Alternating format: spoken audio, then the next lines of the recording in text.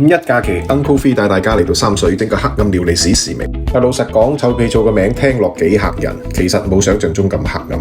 一攤攤呢啲就係傳說中嘅臭屁醋，點菜呢都係以土字頭為主。我點咗土雞、土粉腸、土排骨、土豬手、土番薯，上嘅大煲醋，然後各種食材相繼入鑊，15分鐘大滾。大滾完之後就可以開餐啦。一開始嗰陣安味係有少少攻鼻，有啲似發酵嘅嗰種酸菜，重手少少嗰種呢，略帶啲甜。佢唔係嗰種一入口就覺得好好食，反而食下就會慢慢上頭。我自己感覺係都幾清爽，有特色，啲醋味完全冚住啲豬腥味，好適合大熱天時冇乜胃口過嚟開餐。